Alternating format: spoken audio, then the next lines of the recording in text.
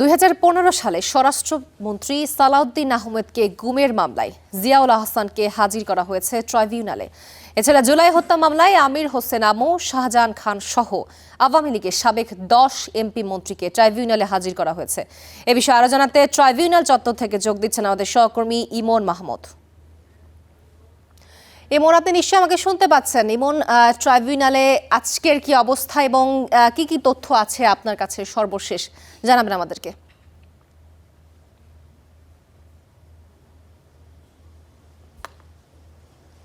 তো 2015 সালে বর্তমান স্বরাষ্ট্রমন্ত্রী সালাউদ্দিন আহমেদকে গুমের ঘটনায় সাবেক সেনা কর্মকর্তা এবং র্যাব কর্মকর্তা জিয়াউল আহসানকে ট্রাইব্যুনালে হাজির করা হয়েছে। আজ সকাল 9:30টার পরই তাকে ট্রাইব্যুনালে হাজির করা হয় এবং কিছুক্ষণ পরেই তাকে ট্রাইব্যুনালে এজলাসে তোলা হবে। এরপর হয়তো তাকে সালাউদ্দিন আহমেদকে গুমের ঘটনায় যে মামলাটি হয়েছে সেই মামলায় তাকে গ্রেপ্তার দেখানোর আবেদন করবে প্রসিকিউশন। যদি তাকে গ্রেপ্তার দেখানো হয় এরপর তাকে গ্রেপ্তার দেখিয়ে জেল হাজতে প্রেরণের নির্দেশ দিবেন ট্রাইব্যুনাল। যদিও জিয়াউল আহসান একাধিক মানবতাবিরোধী অপরাধের মামলায় ইতোমধ্যে জেল হাজতেই রয়েছেন, সুতরাং তাকে শুধুমাত্র এখানে তার বিরুদ্ধে যে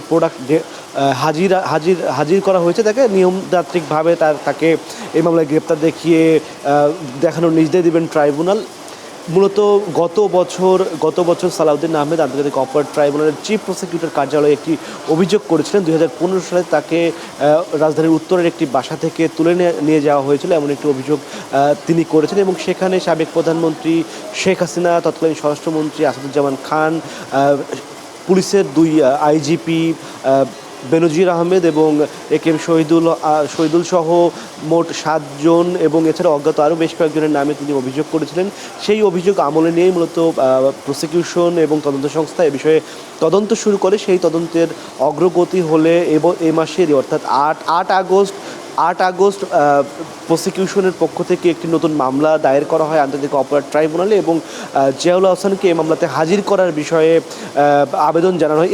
সেই আবেদনের প্রেক্ষিতে 10 আগস্ট ট্রাইব্যুনাল এই নির্দেশনাটা দিয়েছিলেন যেন তাকে আজকের দিনে হাজির করা হয়। এই আদেশের পরিপ্রেক্ষিতে আজকে তাকে ট্রাইব্যুনালে হাজির করা হলো। প্রসিকিউশন যেটি বলছে, স্বরাষ্ট্রমন্ত্রী সালাউদ্দিন আহমেদকে যে গুম করা হয়েছিল সেই ঘটনায় প্রসিকিউশন এবং তদন্ত সংস্থা তাদের তদন্ত কার্যক্রম চলছে।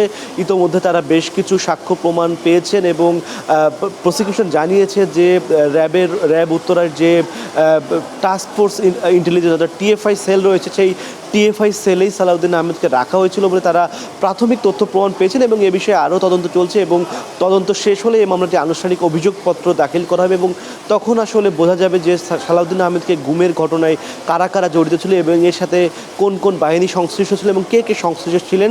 এখনও পর্যন্ত মামলাটি তদন্তাধীন রয়েছে এবং আজ ট্রাইব্যুনালে প্রসিকিউশন তদন্তের অগ্রগতিও উপস্থাপন করবেন এবং তারা কবে নাগাদ এই মামলা তদন্ত প্রতিবেদন দাখিল করতে পারবেন তেমন একটি সম্ভাব্য দিনও ট্রাইব্যুনালের পক্ষ থেকে দেওয়া হতে পারে বলে আমরা জানতে পেরেছি। কিছুক্ষণের মধ্যে ট্রাইব্যুনালের কার্যক্রম শুরু হবে এবং ট্রাইব্যুনালের কার্যক্রম শুরু হলে আমরা আরও বিস্তারিত তথ্য তখন জানাতে পারবো। তোয়া, ইমন, আপনাকে ধন্যবাদ। নিশ্চয়ই আমরা পরবর্তীতে আপনার সাথে আবার যুক্ত হব।